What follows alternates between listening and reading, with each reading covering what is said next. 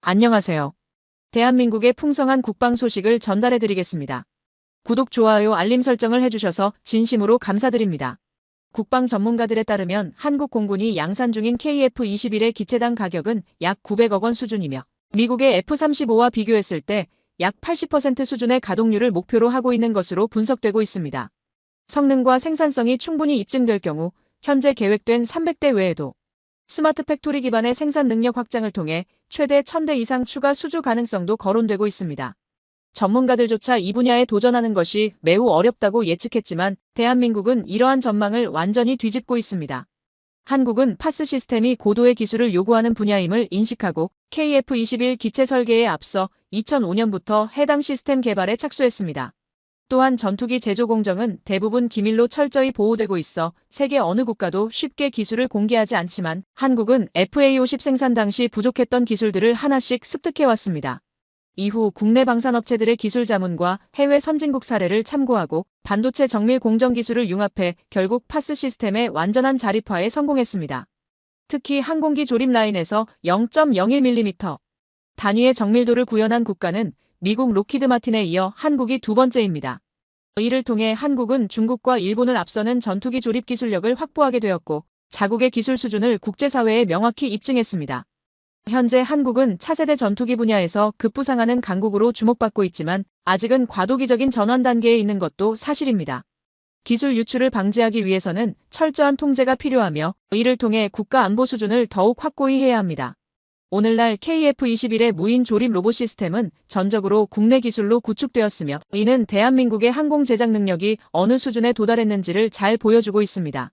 KF-21 전투기의 신속한 양산을 위해서는 무엇보다 고정밀 조립, 역량이 가장 중요한 핵심 기술로 꼽히고 있습니다. 이미 널리 알려진 4대 핵심 요소와 통합 시스템은 개발이 완료된 상태이며 항공 전자장비의 국산화 비율도 빠르게 상승하고 있는 추세입니다. 국방 관련 문서에 따르면 KF-21의 운용률은 머지않아 90%에 도달할 것으로 예상되며 이는 현재 공군이 운용 중인 F-15보다 약 1.7배 높은 수치로 분석되고 있습니다. KF-21, 즉 보라매의 높은 운용 효율은 국산 부품 비율 확대, 무인 로봇 조립 시스템, 그리고 고도화된 자동화 기술 덕분입니다. 이에 따라 경납고도 추가로 건설되었습니다. 4월 24일 전해진 소식에 따르면 한국항공우주산업카이는 KF-21 전투기의 체계 개발 및 양산, 그리고 T-50 계열 항공기의 수출 확대 수요에 대응하기 위해 새로운 경납고를 준공했다고 밝혔습니다. 이번에 완공된 제2경납고는 대지 면적 1만 평의 지상 1층 규모로 KF-21 항공기 최대 2대가 들어갈 수 있는 경납고 6동과 항공기 유도로, 사무실, 장비 보관실 등을 포함하고 있습니다. 2023년에 약 348억 원의 예산 투입을 결정한 이후 2024년 착공되어 지난 3월 20일 준공을 마쳤습니다. 카이는 지난해 6월 KF-21 20대에 대한 최초 양산 계약을 체결하며 2026년까지 체계 개발을 완료하고 전력화를 목표로 순조롭게 진행 중이라고 밝혔습니다. 지난해 하반기에는 지상시험이 예정되어 있었으며 내년 상반기에는 비행시험이 시작될 계획입니다. 강구영 카이 사장은 KF-21의 개발과 양산이 본격화되고 있으며 T-50 계열 항공기의 수출 물량도 증가하고 있는 만큼 경납 공간 확보는 필수적이라며 이번 경납고 준공을 통해 안정적인 항공기 출고 및 품질 관리가 가능해지고 고객 신뢰도 역시 한층 높아질 것으로 기대한다고 말했습니다. 이처럼 KF-21 전투기는 다수의 기체를 동시에 조립하고 비행할 수 있도록 생산 라인을 추가로 확장하는 데 박차를 가하고 있습니다. 이러한 생산 라인 확충은 전반적인 비용 절감은 물론 생산 속도 향상에도 직접적인 영향을 미치고 있습니다.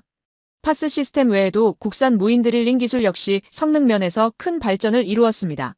이 드릴링 시스템은 컴퓨터와 센서를 기반으로 정밀한 위치를 자동으로 인식하고 구멍을 가공하는 방식으로 기존에는 KF-21 기체의 단일 구멍을 가공하는데 약 150초가 소요되었으나 무인 시스템 도입 이후에는 단 25초로 시간이 대폭 단축되며 혁신적인 성능을 입증했습니다. 한국항공우주산업카이는 이 무인 드릴링 시스템이 수작업 대비 훨씬 더 높은 정밀도를 제공하며 작업 시간을 약 80% 이상 단축할 수 있다고 설명했습니다. 카이 관계자는 현재 KF-21 기체 조립에 세계적 수준의 무인 드릴링 기술이 적용되고 있다며 대한민국의 무인 제작 기술이 이미 세계 정상급 수준에 도달했음을 강조했습니다. 이와 같은 평가는 과거 로키드 마틴 기술진이 한국을 방문했을 당시에도 언급된 바 있습니다. 2030년경이 되면 한국 공군은 KF-16 전투기의 퇴역 시점에 맞춰 약 40년간 운용해온 노후 기종을 본격적으로 교체해야 하는 시기에 들어설 예정입니다. 또한 비슷한 시기에 세계 각국에서도 기존 전투기의 수명이 다가오면서 대규모 교체 수요가 발생할 것으로 예상되고 있습니다. 2030년을 기준으로 KF-21과 성능이나 효율성 면에서 경쟁할 수 있는 대체 기종이 등장할 가능성은 낮기 때문에 KF-21은 전 세계적으로 주목받는 주요 대안으로 부상할 것으로 전망되고 있습니다. 방위산업계에 따르면 한국항공우주산업 카이는 페루 국영 항공전문청과 KF-21 부품 현지 공동 생산을 위한 양해각서를 체결한 것으로 전해졌습니다. 이번 양해각서는 APEC 정상회의 기간 중 열린 한국과 페루 정상 간 회담을 계기로 체결되었습니다. 카이 강구영 대표와 페루 항공청의 하이메 로드리게스 세멘 청장이 서명하면서 양국 간 항공산업 협력에 대한 기대감이 더욱 높아졌습니다. 페루는 이미 한국산 KT-1 기본훈련기 20대를 도입한 바 있으며 이 중 6대는 페루 현지에서 조립돼 자국 항공산업 발전에도 긍정적인 영향을 미쳤습니다. 이번 협약은 향후 페루가 KF-21 전투기를 도입할 경우 부품 공동생산을 포함해 협력 범위를 더욱 확대하는 것을 주요 목표로 삼고 있습니다. 중동 주요 산유국인 아랍에미리트 국왕 겸 국방부 장관 대변인은 자국 공군의 차세대 전투기 도입 계획에서 미국 측의 압박으로 인해 F-35 구매가 최종 무산되었다고 밝혔습니다. 작년 아랍에미리트 국방부 대변인이 한국을 방문해 경제 및 안보 관련 포럼을 개최하며 공식적으로 KF-21 사업에 관심을 표명한 것이 그 시작이었습니다. 풍부한 자금력을 보유한 중동 국가들이 미국산 전투기 도입이 어려워진 상황에서 KF-21은 이들 국가에게 실질적인 대안으로 떠오르고 있습니다. KF-21은 한국이 독자적으로 개발한 최신 전투기로 기존 강대국 중심이던 글로벌 전투기 시장에서 새로운 경쟁자로 부상하고 있습니다. 이 같은 사실은 아랍에미리트 국왕도 충분히 인지하고 있으며 현지 국영통신사 WAM을 비롯한 주요 언론 매체들은 차세대 전투기 도입 사업에서 KF-21을 집중 조명하고 있습니다. 특히나 그전까지만 해도 유언비어에 가까웠다면 얼마 전 UAE 사령관이 KF-21 탑승을 한 후 관심이 집중되고 있습니다. 아랍에미리트는 수년 전부터 인도네시아를 대신해 KF-21 공동개발에 참여하고 싶다는 의사를 꾸준히 전달해온 것으로 알려졌습니다. 현지 군사 전문가들 또한 KF-21이 단순한 업그레이드 기종이 아니라 완전히 새롭게 설계된 최신 전투기라는 점을 높이 평가하고 있습니다. 반면 인도네시아는 여전히 KF-21 사업 분담금을 제때 납부하지 못한 채 애매한 태도를 보이며 상황을 지켜보고 있습니다. 이와 같은 인도네시아의 미온적인 입장은 하루빨리 정리될 필요가 있으며 한국항공우주산업 카이 역시 과거와는 다른 새로운 전략에 따라 대응 방침을 조정하면서 인도네시아 정보 당국에 혼선을 주고 있는 상황입니다. 아랍에미리트가 공동개발 참여를 공식화하면서 인도네시아가 해당 사업에서 제외될 가능성도 더욱 높아지고 있습니다. 아랍에미리트의 참여 선언 이후 인도네시아 정부는 분담금 협상을 위한 전담기구 구성을 서둘러 요청했지만 이러한 움직임은 실질적인 납부 의사보다는 납부 기한 연장, 분담금 감액, 기술 이전 확대, 전투기 구매 조건 완화 등 다양한 이익을 확보하려는 전략적 의도로 해석되고 있습니다. 아랍에미리트가 참여 의사를 명확히 밝힌 지금도 인도네시아는 여전히 책임감 있는 행동 없이 상황을 관망만 하고 있다는 비판이 제기되고 있습니다. 이러한 상황 속에서 많은 국민들은 사우디아라비아와 아랍에미리트의 참여를 환영하며 인도네시아를 KF-21 사업에서 조속히 제외해야 한다는 주장에 힘을 실어주고 있습니다. 일부에서는 개발비 일부를 포기하더라도 인도네시아를 사업에서 배제해야 한다는 강경한 입장도 나오고 있습니다. 특히 주목할 점은 한국항공우주산업 카이의 대응 방식이 과거와는 확연히 달라졌다는 점입니다. 이러한 변화의 배경에는 아랍에미리트의 공식 발표, 이전에 폴란드가 핵심적인 역할을 한 것으로 추정되고 있습니다. 폴란드는 최근 FA-50 경전투기 48대를 포함해 총 20조 원 규모의 한국산 무기를 구매하는 계약을 체결했으며 KF-21 공동개발 프로젝트에서도 인도네시아를 대체할 수 있다는 가능성을 언급한 것으로 알려졌습니다. 폴란드는 FA-50 시험 운용 결과에 매우 만족감을 보인 뒤 KF-21 관련 협력 논의를 공식적으로 제안한 것으로 전해졌습니다. 만약 폴란드와 아랍에미리트가 동시에 KF-21 개발에 참여하게 된다면 해당 프로젝트의 해외 수출 규모는 지금보다 훨씬 더 커질 가능성이 높습니다. 아랍에미리트 공군은 F-35 도입 무산으로 생긴 전력 공백을 메우기 위해 QAR 차세대 전투기 사업을 추진 중이며 총 80에서 90기의 전투기를 확보해 노후 전투기를 교체할 계획을 세우고 있습니다. 그동안 인도네시아의 미온적인 태도에 실망했던 국민들 입장에서는 이번 전개가 매우 긍정적인 소식으로 받아들여지고 있습니다. 이제 대한민국은 보다 단호하고 명확한 결정을 내릴 준비가 되어 있으며 이번 상황은 인도네시아에게 상당한 압박으로 작용할 가능성이 높습니다. 미국 백악관이 아랍에미리트 국왕에게 F-35 수출 불허 방침을 직접 전달하면서 중동 지역을 대상으로 한 첫 F-35 판매 계획은 사실상 중단된 상태입니다. 이로 인해 중동 시장 진출을 모색하던 록히드 마틴에게는 큰 타격이 되었다는 평가가 나옵니다. 반면 KF-21의 중동 수출 전망은 이러한 국제 정세 변화 속에서 오히려 유리한 기회를 맞이하고 있다는 것이 다수 군사 전문가들의 공통된 분석입니다. 막강한 경쟁자였던 록히드 마틴이 자발적으로 중동 시장에서 물러난 지금 그 공백을 KF-21이 메울 수 있는 가능성은 그 어느 때보다 높아졌습니다. 아랍에미리트가 인도네시아를 대신해 KF-21 공동 개발 및 양산 사업에 본격 참여하게 될 경우 인도네시아가 원가에 확보하려 했던 48대 이상의 전투기를 아랍에미리트가 직접 구매하거나 더 많은 수량을 라이선스 생산 방식으로 확보하려는 가능성도 제기되고 있습니다. FA-26의 가격 인상과 F-35 전투기의 잦은 결함 문제로 인해 현재 4.5세대 및 5세대 전투기의 공급이 원활하지 않은 상황에서 KF-21은 2020년대 들어 상업적으로 가시적인 성과를 보이고 있는 유일한 차세대 전투기로 평가받고 있습니다. 이러한 흐름 속에서 아랍에미리트를 비롯한 여러 국가들 사이에서 KF-21에 대한 관심이 빠르게 확산되고 있습니다. 일부 방산 전문가들은 이번 기회를 발판으로 KF-21N, KF-21G 등 다양한 파생 모델의 개발 가능성도 본격적으로 검토해야 한다는 의견을 내놓고 있습니다. 최근 공개된 KF-21위원회 업무 보고서를 통해 중요한 사실이 새롭게 드러났습니다. 방위사업청장은 아랍에미리트와 수차례 서신 교환 및 실무 협의를 거친 결과 KF-21 공동 개발과 관련된 실질적인 진전이 있었음을 공식적으로 확인했습니다. 이번 정상회담을 계기로 아랍에미리트가 새로운 분담금 협상 주체로 확정되었으며 아랍에미리트는 전체 분담금 중 약 30%를 현물 형태로 제공하기로 결정했습니다. 이러한 변화로 양국 간 협력은 더욱 긍정적인 평가를 받고 있으며 인도네시아는 더욱 곤란한 입장에 처하게 되었습니다. 아랍에미리트가 인도네시아를 대신해 분담금을 성실히 납부하게 될 경우 향후 KF-21 사업 협의에서 인도네시아가 완전히 배제될 수 있는 조건이 마련되는 것입니다. 미국은 아랍에미리트의 F-35와 같은 최첨단 전투기 수출을 제한함으로써 KF-21이 글로벌 시장에서 더 유리한 위치를 차지할 수 있는 환경을 마련했지만 이 결정의 배경에는 또 다른 전략적 의도가 숨어 있습니다. 표면적으로는 기술 유출에 대한 우려를 이유로 내세웠지만 실제로는 사우디아라비아나 아랍에미리트 같은 이선 동맹국에 최신 무기를 판매하지 않겠다는 기존 정책을 고수하려는 의도가 작용한 것으로 분석됩니다. 이는 막대한 금액을 제시하더라도 미국이 지정한 주요 동맹국이 아닌 이상 최신 무기 시스템 수출을 제한하겠다는 방침을 보여주는 대표적인 사례로 평가됩니다. 이러한 정책으로 인해 고성능 전투기 확보가 절실한 아랍에미리트와 사우디아라비아 등 중동 국가들은 새로운 공급처 확보를 위해 공동개발 체계 구성을 적극적으로 모색하게 되었습니다. 아랍에미리트의 대표적인 군사 전문 매체인 디펜스 에티는 KF-21 시제기가 공식 공개되기 전 사천 에어쇼 현장에서 수출형 KF-21의 외형이 전면에 전시된 장면을 언급하며 한국 기술의 우수성을 부각시켰습니다. 현지 언론들은 KF-21 보라매를 최신 전투기로 평가하면서 조종석에 탑재된 KMFD라 불리는 대형 디지털 디스플레이가 임무 수행의 편의성과 비행 안정성을 높이는 5.5세대급 항공전자 시스템이라고 분석했습니다. 대한민국은 초기 KF-21 사업을 독자적으로 추진하던 시기에 막대한 재정 부담을 감수해야 했으나 아랍에미리트라는 이상적인 파트너가 참여하면서 인도네시아를 고려할 필요성이 사실상 사라졌습니다.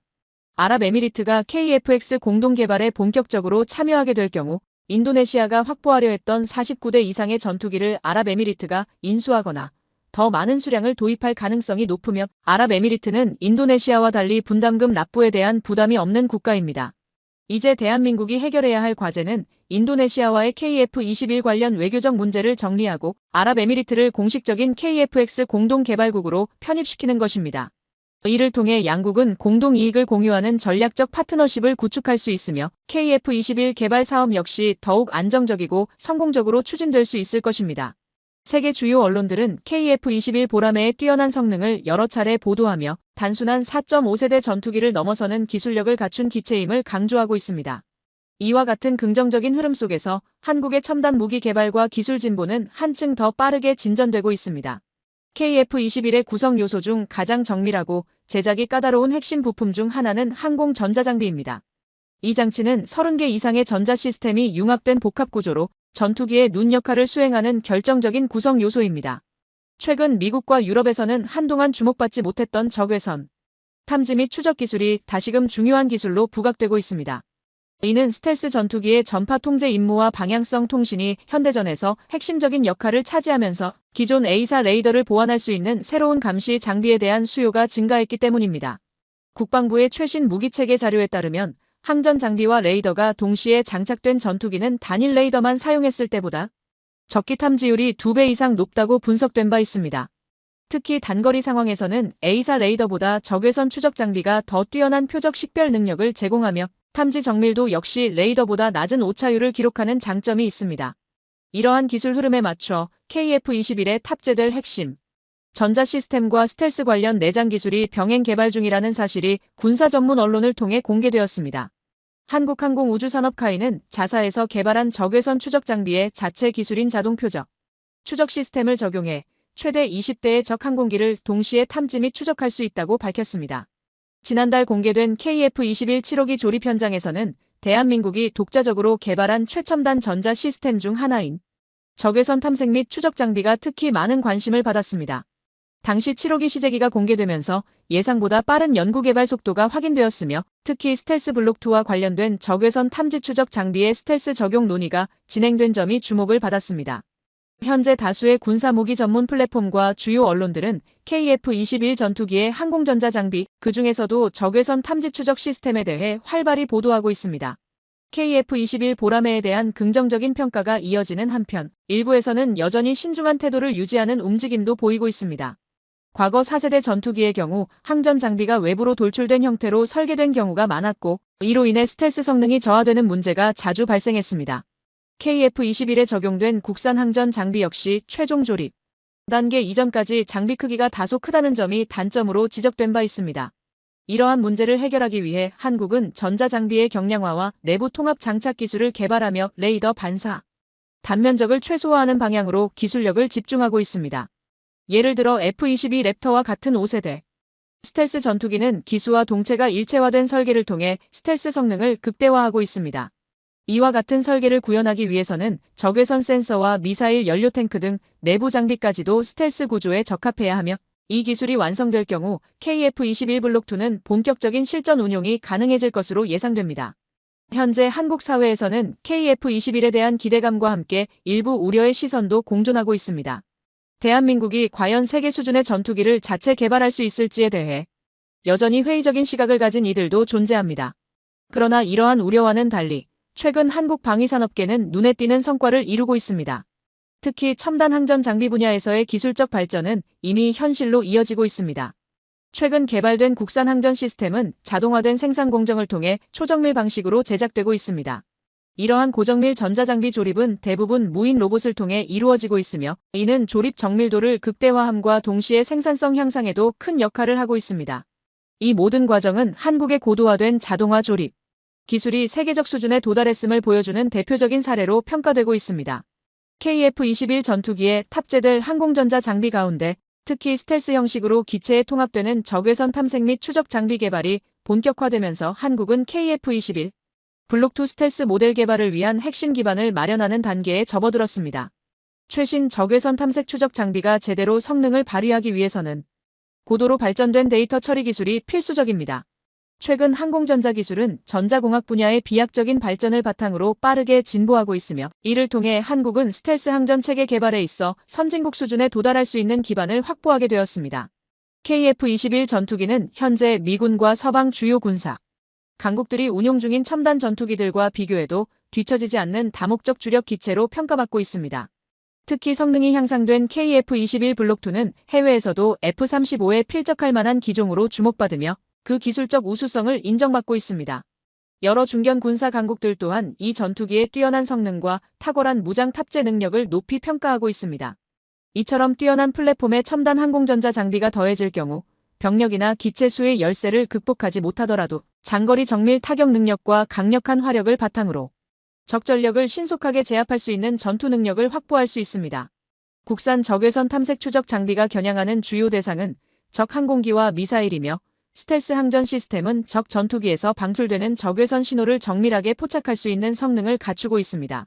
이 장비는 전투기의 핵심 항전 시스템 4가지 가운데 하나로 분류되며 5세대 전투기의 공중전 성능을 결정짓는 주요 요소로 평가되고 있습니다. 고성능 적외선 탐지 장치는 국내에서 개발된 정밀 필터 기술과 소프트웨어 기반 신호 처리 기능을 중심으로 구성되어 있습니다. 이 시스템은 적 항공기의 위치를 빠르게 파악하고 기존 레이더와 달리 목표물을 자동으로 추적하며 송수신된 데이터를 통해 실시간 거리 측정이 가능합니다. 이 적외선 탐색 장비의 가장 큰 장점은 미확인 항공기의 경로를 추적하는 동시에 아군과 교전 중인 적 기체의 움직임을 정확하게 식별할 수 있다는 점입니다. KF-21에 적용되는 매립형 적외선 탐색 장비는 현재 실내 환경에서의 시험과 지상 테스트, 비행 테스트 등을 병행하며 개발이 진행되고 있습니다. 실내 시험이 비행 실험 단계로 전환되면 실전과 유사한 환경이 구현되어 장비 성능에 대한 보다 정밀한 평가가 가능해집니다. 국내 항공전자 시험 체계의 강점 중 하나는 개발 과정에 시험 조종사가 직접 참여해 레이더 연동 시스템을 점검하고 적 항공기 탐지 여부를 직접 확인할 수 있다는 점입니다. 항공전자 장비는 이러한 과정을 통해 고정밀 자동화 전자 시스템으로 설계되었으며 적 전투기를 정확하게 식별하기 위해 가상의 좌표, 즉 레이더 내부의 위치 데이터를 설정하는 절차를 거칩니다. 이후 자동 추적 기능이 내장된 트래커 시스템을 통해 적 전투기의 위치를 정밀하게 파악하며 컴퓨터는 이 정보를 실시간으로 분석합니다. 항공전자 장비와 연동된 컴퓨터 시스템은 오차율이 0.01% 이하일 정도로 높은 정밀도로 작동합니다. 이처럼 오차를 최소화하는 것이 중요한 이유는 적외선 레이더의 작동 원리와 밀접하게 연결되어 있기 때문입니다. 항공기의 무게나 출력과는 별개로 아주 미세한 변수 하나라도 적외선 탐지 성능에 영향을 미칠 수 있습니다. 그러나 오차율을 극도로 낮춤으로써 탐지 정확도를 높이고 비행 성능에 영향을 줄 수 있는 요소들을 최소화하며 적외선 레이더 탐지에 방해가 될 수 있는 요인들을 제거함으로써 적기를 정확하게 식별할 수 있는 첨단 시험 환경이 구축되었다고 한국항공우주산업 관계자는 전했습니다. 한국의 기술 수준을 보면 엔지니어들의 역량 자체가 한 단계 높은 수준에 이르러 있다는 평가가 나오고 있습니다. 개발 과정에서 조종사가 제공한 피드백을 바탕으로 설계나 수치 모델을 신속하게 보완하거나 엔지니어가 발견하지 못했던 초기 결함을 사전에 파악해 수정할 수 있는 능력을 갖추고 있습니다. 이처럼 높은 완성도를 자랑하는 항공전자 장비의 성과를 바탕으로 스텔스 전투기로의 도약을 준비 중인 대한민국의 KF-21에 대한 기대감이 더욱 커지고 있습니다. 마지막 속보를 전하며 오늘의 정보는 여기서 마무리하겠습니다. 한미 양국이 핵협의 그룹 NCG 회의를 이르면 오는 6월 개최하는 방향으로 조율 중인 것으로 확인됐습니다. 6월은 한국의 새 정부 출범 이후이며 지난해 1월 도널드 트럼프 미국 대통령 취임 이후 열리는 첫 NCG 회의가 될 전망입니다. 4월 26일 군 고위 관계자는 한미 NCG 회의를 열기로 미 측과 협의가 됐다며 이르면 6월 개최를 목표로 세부 사항을 조정 중이라고 밝혔습니다. 이 관계자는 이번 회의에는 미국 측에서 차관 보급 인사가 참여할 것으로 예상된다고 전했습니다. 한미 NCG 회의는 바이든 당시 워싱턴 선언을 통해 북한의 핵 위협에 대응하기 위한 확장 억제 강화를 약속하며 신설된 협의체입니다. 앞서 12차 회의는 양국 정상실인 한국 대통령실과 미국 백악관이 주도했고 3차 회의부터는 양국 국방부 주도로 진행돼 왔습니다. 지난해 1월 10일 워싱턴 DC에서 열린 4차 회의가 마지막이었으며 이번 회의는 5번째가 될 예정입니다. 이번 회의 개최와 관련해 군 안팎에서는 트럼프 정부 출범 이후에도 북핵 위협 대응을 위한 한미 간 공조가 지속되고 있다는 평가가 나오고 있습니다. 트럼프 취임 이후 최근까지 북한을 뉴클리어 파워 즉 핵능력 보유국, 큰 핵국가라고 부르며 김정은과의 친분을 강조해 왔습니다. 이 때문에 한미 확장 억제 정책에 회의적인 시각을 가진 엘브리지 콜비 국방부 정책차관의 임명 이후 미국의 북핵 대응 기조가 달라질 수 있다는 우려도 제기됐습니다. 하지만 최근 미군 합동참모본부 의장 지명자인 댄 케인 후보자가 청문회 답변서를 통해 북한의 장거리 미사일과 핵 프로그램은 즉각적인 안보 도전을 야기한다고 밝히는 등 미국 내에서는 북핵 위협에 대한 경계심이 여전히 유지되고 있는 것으로 나타났습니다. 이에 따라 이번 NCG 회의는 트럼프 정부 출범 이후에도 북핵 대응을 위한 확장 억제 공조가 흔들림 없이 유지된다는 점을 재확인하는 자리가 될 것으로 전망됩니다. 이상 국방탐 구생활이었습니다. 구독과 좋아요, 알림 설정해주시면 언제나 좋은 소식 전해드리겠습니다. 시청자 여러분 즐거운 하루 보내세요.